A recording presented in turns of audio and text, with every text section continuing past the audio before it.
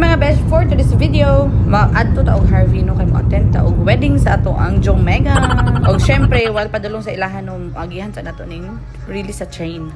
So, kani siya nga biyahe is 1 hour and 10 minutes away gikan sa amo ang balay. And then while on our way padulong sa ilaha maagihan nato ning Harvey Fresh o di ba daghan kay orange dira as daghan kay makita diri while padulong og Harvey na mga klase-klase nga mga tanom sa palibot o mga klase-klase nga hayop ang imong maagihan. O syempre, doon lang ni sa balay sa ako ang Megan, no? Unya, naabot na kita sa ilahang balay. Welcome sa balay sa ato ang groom and bride for today's video. Unya, og syempre, feeling close man ta na musulod ta diretso. Anay daghan-daghang langay pa. Anay manuktok, diretso ta sulod. Kaya abri man ilang balay.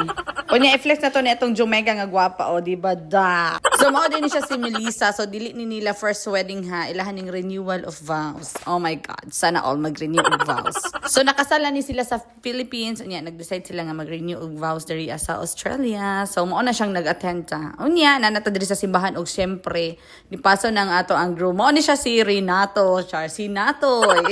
Kato ganing si Natoy na mahal ka, Melissa. Bitaw ay magseryoso ta diri karon. So, mao bitaw ni siya si Natoy no. Mao ni siya ang groom nato for today's video. So, double wedding day ni siya. Napo sa Pika side, napo dito ang groom ug bride. So, congratulations di ay to Mr. and Mrs. Makasaling pod. Unya diri naghinahinay na ni ugpaso ang ilahang mga principal sponsors. So nauna ang Pikas nga bride din tapos sila na pod ang ilahang na pong torno karon. So kani siya mao ni siya si Charlie og si Janelle.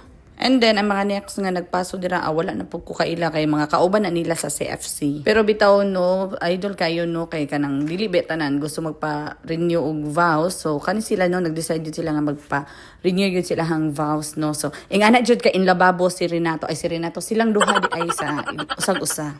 O niya, next nga mo paso ani is ang anak sa ato ang bride and groom. So, nani sila tulo ka anak.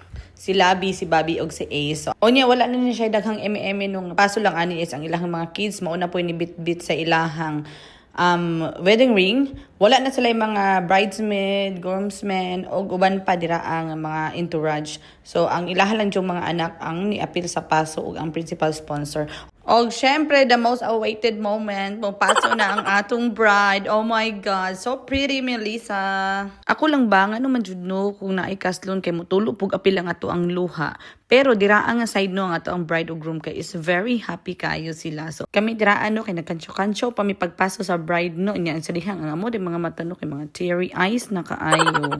Unya, syempre, excited ka atong groom no, sugaton na niya ang ato ang bride. Syempre, naapod ni sila murag ikog no, ang ilahang little one si Ace. O syempre, uban jud na no hantod dira sa altar. Dili gyud siya moduol sa iyang kuyag ate kay dira gyud siya sa iyang mommy daddy